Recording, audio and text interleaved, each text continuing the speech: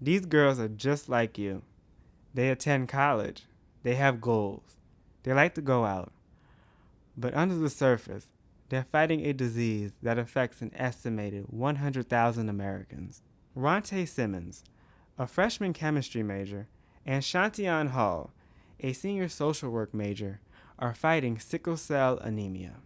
It's hard to say when you know that you have it because as a child you're raised up to know that you have sickle cell basically your whole life.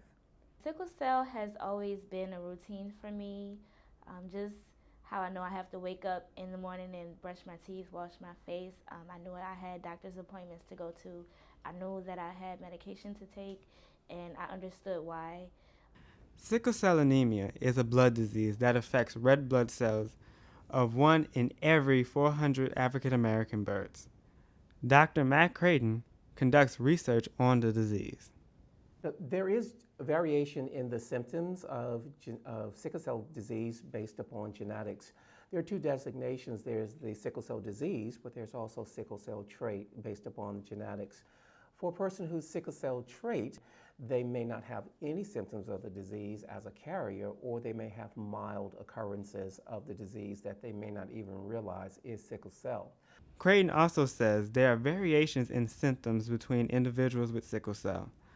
Some might have more mild episodes or severe episodes of pain that leads to pain crises. Dr. Creighton says African Americans are not the only group that suffers with the disease. The history of sickle cell anemia goes back to the discovery or tracing of the disease malaria, which was epidemic in the world at one time. Although sickle cell anemia was designated as a Negro disease or African American disease because it was most prevalent there, sickle cell anemia is also present among individuals who have ancestry from Southern Asia as well as from the Mediterranean, particularly your Italians. Patients with the disease face a remarkable challenge battling the disease and trying to live a normal life. Like I said, growing up as a child, elementary, middle school, I didn't really go through a lot of problems. I wasn't really sick. It wasn't really until high school, like my junior year, that's when I started getting sick and having day-to-day complications. Growing up with sickle cell, it was different. I had a different childhood.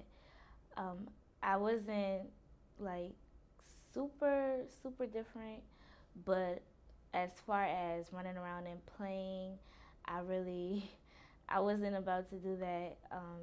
It was very easy for me to get tired. Most of the time, my feet and my hands were always swollen. I'm so thankful that I grew out of that. So lifestyle for individuals with sickle cell, typically people would say children should not go outside and play, should not exercise because if they become winded, it could lead them into a sickle cell crisis. And although there's truth in that, it's also recommended that individuals with sickle cell do exercise to build up their oxygen carrying capacities.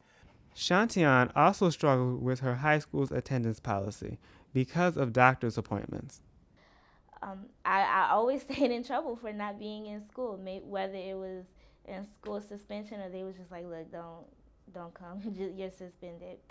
So I would have to go back and forth and always make sure I had the proper paperwork to make sure that they were informed. Shantian found college to be easier to manage because she has more control over her schedule and support from faculty. I would have to go and tell my teachers themselves, hey, I have sickle cell, so that means I have frequent doctor's appointments. Some days I won't be in class. Some days I may not participate. Some days I may just come in and sit down and be quiet and go about my business. And I received positive feedback and positive support from my professors. Ronte originally planned on attending Southeastern Louisiana University in Hammond, but she was persuaded not to because it's too far from her doctors at Children's Hospital in New Orleans. Many patients like Ronte and Shantian do not use the phrase sickle cell patients. They instead use a different term. I want people to know that, one, we are warriors. We aren't someone who are incapable. We aren't someone who is always disabled, and even if you're disabled, you're still capable of doing things. We are not sickle cell. We have it, we live with it, it is not us. Ronte and Shantion will not let sickle cell deter them from their plans, and they will continue advocating for sickle cell warriors. You can't live your life in fear every day because that's not going to do nothing for you. This is Frank Duplessis reporting.